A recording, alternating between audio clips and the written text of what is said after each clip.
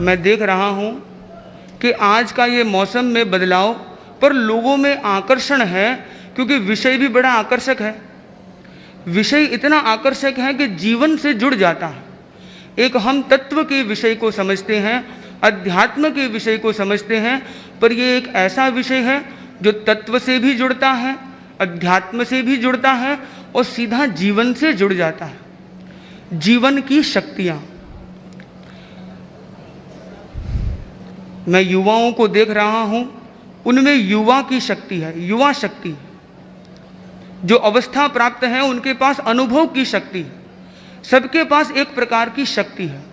हम विज्ञान की भाषा में कुछ जाएं तो सबसे छोटा यूनिट है सेल, और उस सेल के अंदर भी एक शक्ति का स्रोत है, वह है माइटोकॉन्ड्रिया। इस सेल के इस सूक्ष्म भाग के अंदर शक्ति का निर्माण होता है और इसी शक्ति से हमारा जीवन भी चलता है। आप आश्चर्य करेंगे कि हमारे शरीर में 6000 अरब सेल हैं, कोशिकाएं हैं, और प्रत्येक कोशिका में एनर्जी का उत्पादन हो रहा है, लगातार हो रहा है, और उस ऊर्जा का नाम है एटीपी, एडिनोसिन ट्राइफॉस्फेट। पर आज हम विज्ञान की कक्षा में नहीं, तत्व ज्ञान की एक कक्षा में हैं। तत्व ज्ञान की कुछ बात करने जा रहे हैं, और हमारे जीवन के लिए शक्ति का स्रोत है प्राण और पर्याप्ति। प्रत्येक सिक्के के दो पहलू होते हैं, वैसे ही हमारे जीवन में भी ऊर्जा दो माध्यमों से हमें प्राप्त हो रही है। मूल है आत्मा की शक्ति, जीवनी शक्ति। जीवनी शक्ति ही प्राण है। हमारी जो जीवनी शक्ति है वह प्राण है, और जन्म के साथ हमारे भीतर पौद्गलिक शक्ति की भी निरंतर अपेक्षा बनी रहती है, और इस पौद्गलिक सामर्थ्य के निर्माण की जो प्रक्रिया जन्म के साथ प्रारंभ हो जाती है, भवारंभे पौद्गलिक सामर्थ्य निर्माणम पर्याप्ति।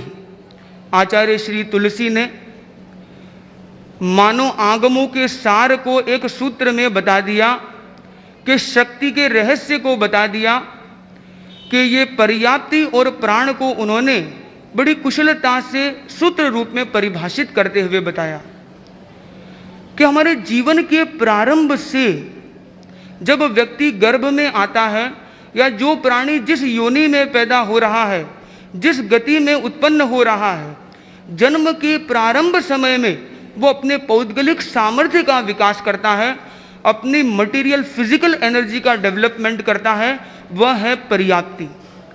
और उस पर्याप्ति, उस उपकरण के उपयोग में आत्मा की शक्ति जुड़ जाती है, और वह है प्राण। तो आज हमारी जीवन की शक्तियों का विषय है, और इस विषय के दो पहलू सामने आ गए, पौद्गलिक शक्ति, आत्मिक शक्ति, पर्याप्ति और प्राण। संसार में व्यक्ति शक्ति देखता है अर्थ को, कि करेंसी कितनी है। जहां संगठन का प्रश्न है वहां समर्पण कितना है, वो समर्पण अपने आप में शक्ति है।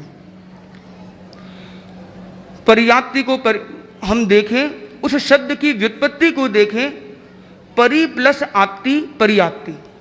जहां चारों ओर से जीव चारों ओर से शक्ति का ग्रहण कर रहा है, पौद्गलिक सामर्थ्य के लिए जुटा रहा है, वह है पर्याप्ति। पर्याप्तियों के निर्माण के विषय में बताया गया कि एक समय में आहार पर्याप्ति का निर्माण हो जाता है, और उसके बाद क्रमशः अंतर मुहूर्त, एक अंतर मुहूर्त में व्यक्ति शरीर पर्याप्ति का निर्माण कर लेता है। अंतर मुहूर्त शब्द शायद कुछ लोगों से अपरिचित भी हो, मुहूर्त शब्द परिचित है। मुहूर्त शब्द सामायिक में भी हम प्रयोग लेते हैं। एक मुहूर्त मतलब 48 मिनट, और उसमें एक नैनो सेकेंड से भी छोटा एक समय हम कम कर दे तो वह है अंतर मुहूर्त। दो समय से लेकर एक मुहूर्त में एक समय कम, मतलब एक सेकंड से भी छोटा भाग, दो समय और वहाँ से लेकर एक मुहूर्त से थोड़ा कम, मतलब एक मुहूर्त के भीतर भीतर का जो ये समय है उसको कहा गया अंतर मुहूर्त। और इस अंतर मुहूर्त में व्यक्ति शरीर पर्याप्ति का निर्माण कर लेता है। जैसे ही वो कार्य फिनिश हुआ वो दूसरा टास्क ले लेता है और अब शरीर के बाद इंद्रियों के विकास में लग जाता है। इंद्रिय पर्याप्ति का विकास कर श्वासोच्छ्वास, श्वास प्लस उच्छ्वास, श्वास लेना तो श्वास, श्वास छोड़ना उच्छ्वास, तो श्वासोच्छ्वास पर्याप्ति का निर्माण करता है। और उसके बाद जिस जीव की अर्हता है, यानी जिसके पास ये रसन इंद्रिय, ये जिह्वा है, भाषा पर्याप्ति का भी निर्माण करने में का प्रयत्न करता है। और भाषा पर्याप्ति के बाद कोई कोई जीव ऐसे होते हैं जिनको मनः पर्याप्ति प्राप्त करने का भी अवसर मिल जाता है। इस प्रकार से 6 पर्याप्तियां बताई गई, सभी को ध्यान में आ गई होगी। आहार, शरीर, इंद्रिय, श्वासोच्छ्वास, भाषा और मन। ये 6 पर्याप्तियों में पहली पर्याप्ति बड़ी महत्व की है, आहार पर्याप्ति। इसी को साइंस में हम कह सकते हैं जाइगोट फॉर्मेशन। जीव जब गर्भ में आता है, जो पहली एक कोशिका का निर्माण होता है, जिसके रेप्लिकेशन से, मल्टीप्लिकेशन से जीव का निरंतर विकास होता है।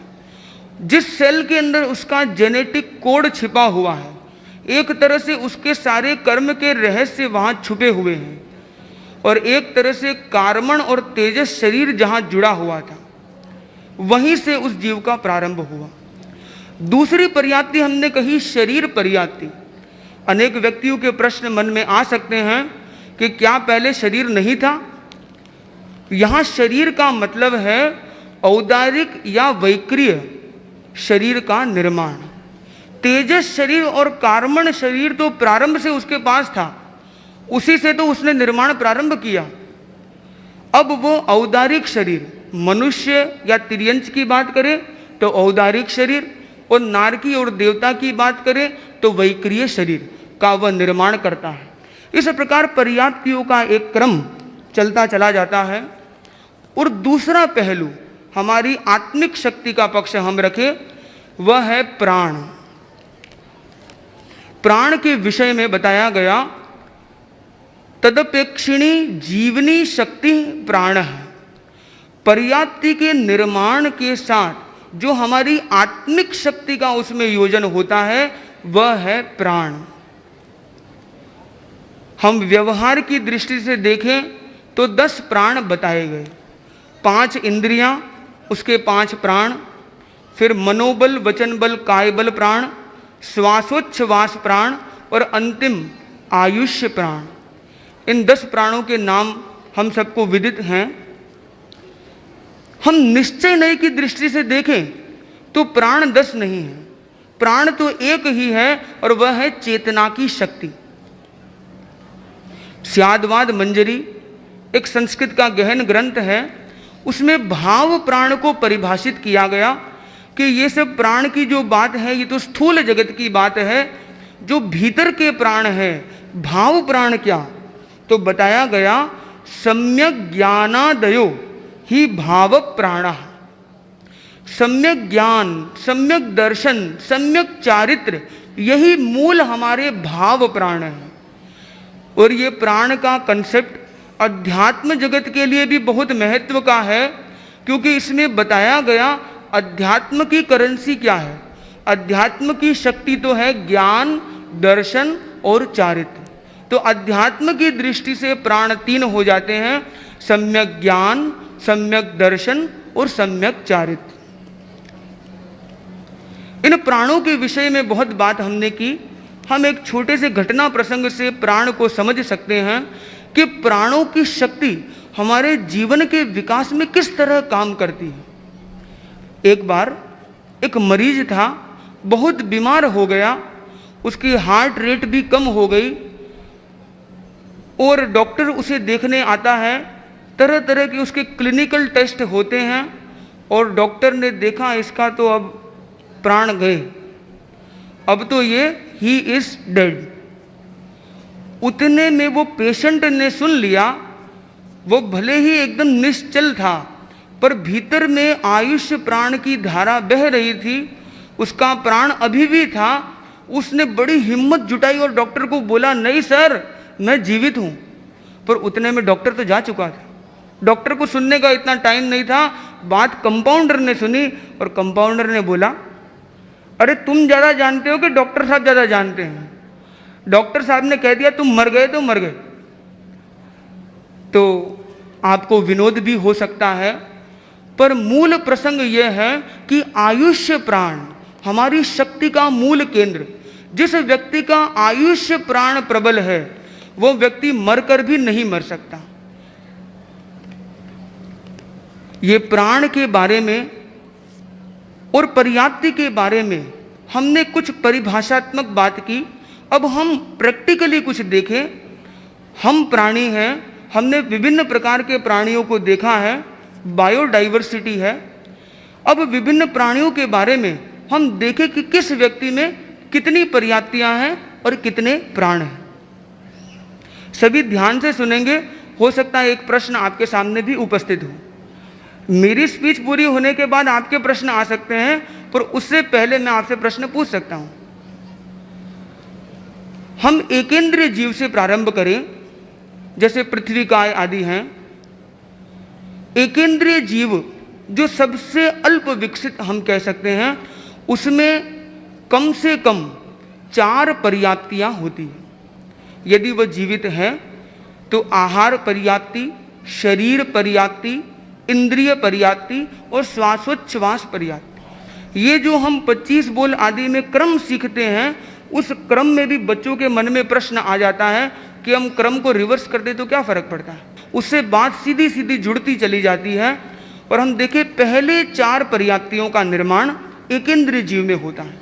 वैसे ही हम देखें प्राण, तो प्राण भी 4 होते हैं। पहला प्राण स्पर्शनेन्द्रिय। कोई भी जीव होगा उसके पास शरीर अवश्य होगा, तो स्पर्शनेन्द्रिय प्राण, इधर काय बल प्राण और श्वासोच्छ्वास और आयुष्य प्राण, ये 4 अनिवार्य प्राण हैं। ये सभी जीवों में पाए जाते हैं।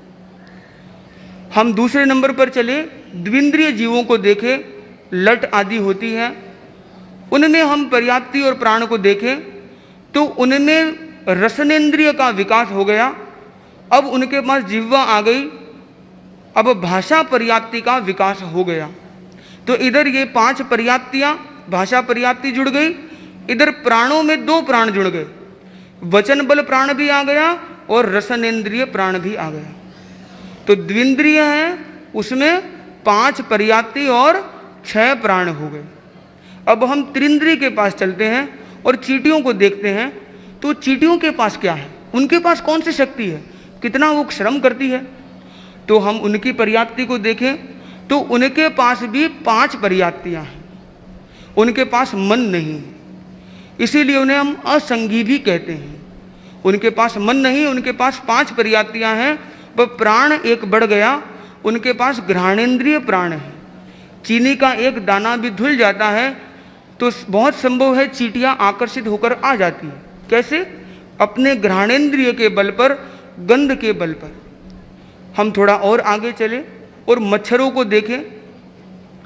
मच्छर है, मक्खी है, ऐसे चतुरिंद्रिय काय के जीवों को देखें तो उनमें पर्याप्तियां फिर 5 हैं, पर प्राण एक और बढ़ गया, वे 8 प्राण वाले हो गए। उनमें एक प्राण कौन सा जुड़ा? चक्षुरिंद्रिय प्राण, उनके पास आंख और आ गई। अब और आगे चले हम असंगी पंचेंद्रिय जीवों को, जो 5 इंद्रियां प्राप्त हो गई पर मन प्राप्त नहीं हुआ, उनको कहते हैं असंगी पंचेंद्रिय। उनके पास पर्याप्तियां कितनी हुई? 5। उनके पास मन नहीं है। और प्राण कितने? 9 प्राण हैं। मनोबल प्राण को छोड़कर शेष सारे प्राण, उनको श्रोत्रेंद्रिय मिल गई, कान भी मिल गया है। अब हम चले थोड़ा और आगे संगी पंचेंद्रिय पर। संगी पंचेंद्रिय कई तरह के हो सकते हैं।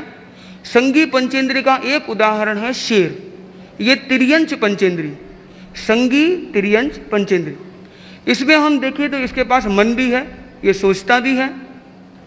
तो इसके पास 6 पर्याप्तियां हैं और प्राण की दृष्टि से देखें तो 10 प्राण हैं।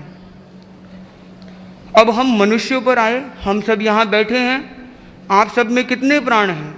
तो हम प्राणी कहलाते हैं क्योंकि हम प्राणधारी हैं। हर जीव प्राणी इसीलिए कहलाता है कि वो प्राणों को धारण करता है। और हम सौभाग्यशाली हैं कि हमें 10 के 10 प्राण मिल गए और 6 पर्याप्तियां भी मिल गई, क्योंकि सबके पास मन है और सबके पास 5 इंद्रियां हैं। अब थोड़ा हम और आगे चले, नारकी जीवों की कुछ बात करें तो नरक के जीव हैं, उनके पास भी 6 की 6 पर्याप्तियां हैं और 10 के 10 प्राण हैं। बस शरीर वैक्रिय है। कुछ और आगे बढ़े, देवताओं की कुछ बात करें तो देवताओं में पर्याप्तियां 6 नहीं 5 ही है, पर वो 5 में 6 का काम कर लेते हैं, क्योंकि उनकी भाषा पर्याप्ति और मनः पर्याप्ति 2 नहीं होकर 1 ही है। इसीलिए कहते हैं कि देवता अपने चिंतन मात्र से दूसरे को बुला सकते हैं, क्योंकि उनकी जो भाषा है और मन है वह एक ही इंद्रिय है। साइंस में पढ़ा जाता है कि ग्रेविटेशन के बाहर चले जाए, जहां पर वैक्यूम है वहां शब्द तरंगे काम नहीं करती, साउंड वेव्स कैनॉट प्रोपोगेट। परंतु देवता फिर भी बात कर लेते हैं, तो देवता कैसे करते होंगे? शायद उनकी भाषा मन से जुड़ी हुई है, उनका मन का तार जुड़ जाता है तो भाषा का काम सहज हो जाता है। और इधर हम प्राण देखें तो उनके पास 10 के 10 प्राण हैं। ये हमने कुछ बात की, एक टेबल हमारे सामने, एक पिक्चर हमारे सामने आ गया, उसके आधार पर मैं 1-2 प्रश्न आपके सामने रखना चाहूंगा।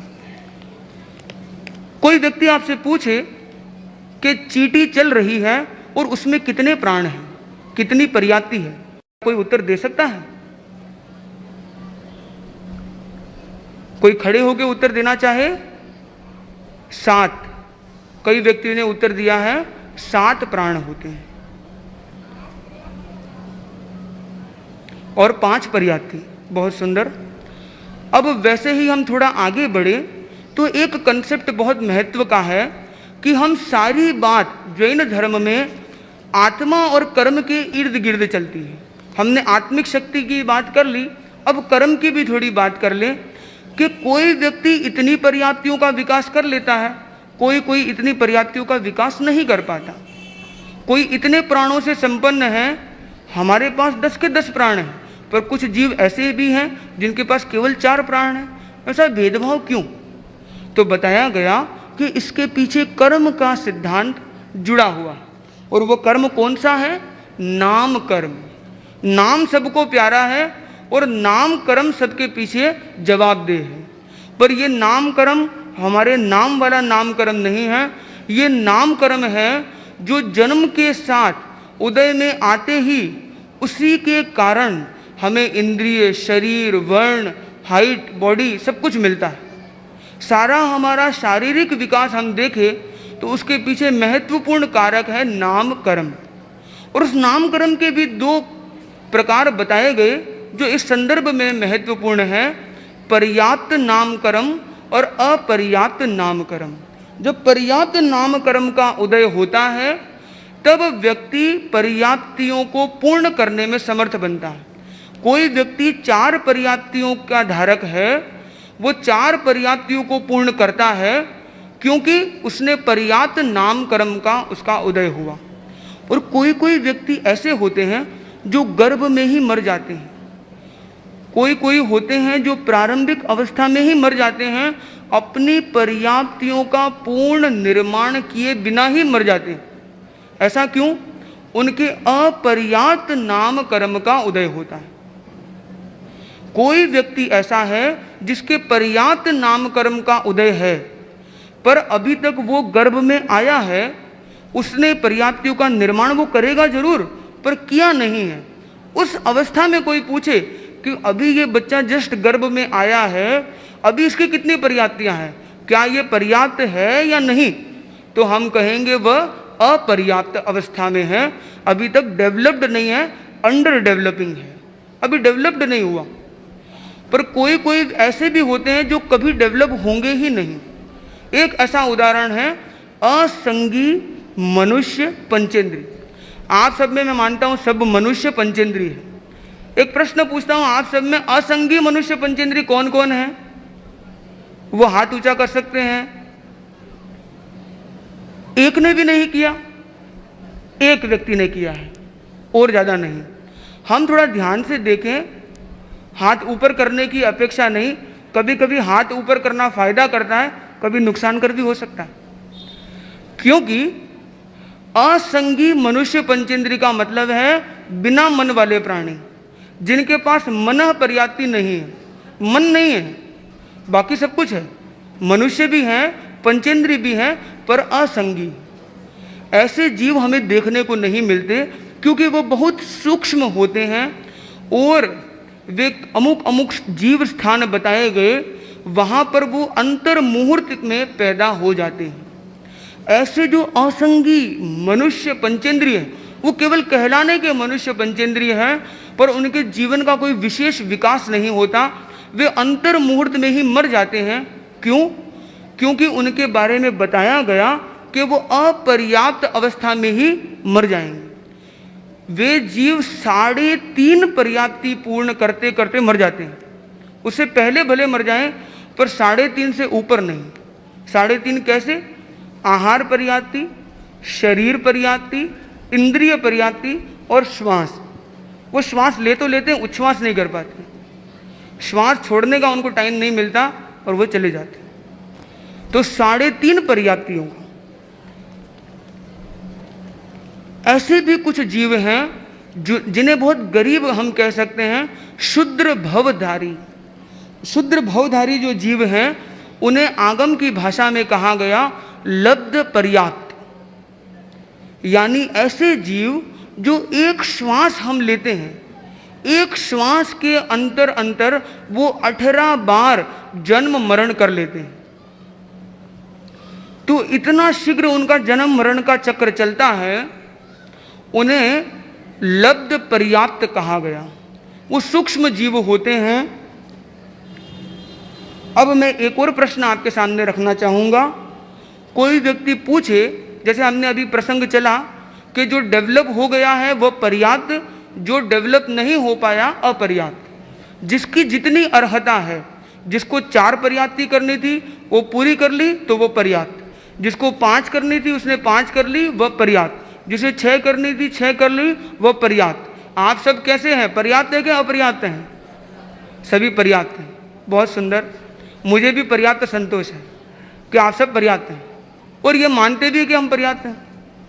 हम पर्याप्त के संदर्भ में एक प्रश्न आपके सामने रख रहे हैं कि उड़ती मक्खी को आप सबने देखा होगा, तो उड़ती मक्खी पर्याप्त है या अपर्याप्त? सभी का उत्तर होना चाहिए पर्याप्त, क्योंकि उसने विकास कर लिया, तभी उसने उड़ना सीख लिया। हाथी की मां के बारे में पूछा जाए कि वो पर्याप्त है या अपर्याप्त, क्या कहेंगे? पर्याप्त। जब वो मां बन गई है तो उसका डेवलपमेंट बहुत हो चुका है। हो सकता है हाथी की मां के पेट में जो शिशु है या जो गर्भ में हो वो अपर्याप्त अवस्था में भी शायद हो सकता है, पर हाथी की मां तो पर्याप्त ही होगी। ये कुछ ऐसे व्यवहारिक तात्विक प्रश्न हैं जो वैसे बड़े सरल हैं। बस बात इतनी है, क्लिक करना चाहिए। कितना जल्दी क्लिक करता है उतना जल्दी व्यक्ति जवाब दे सकता है।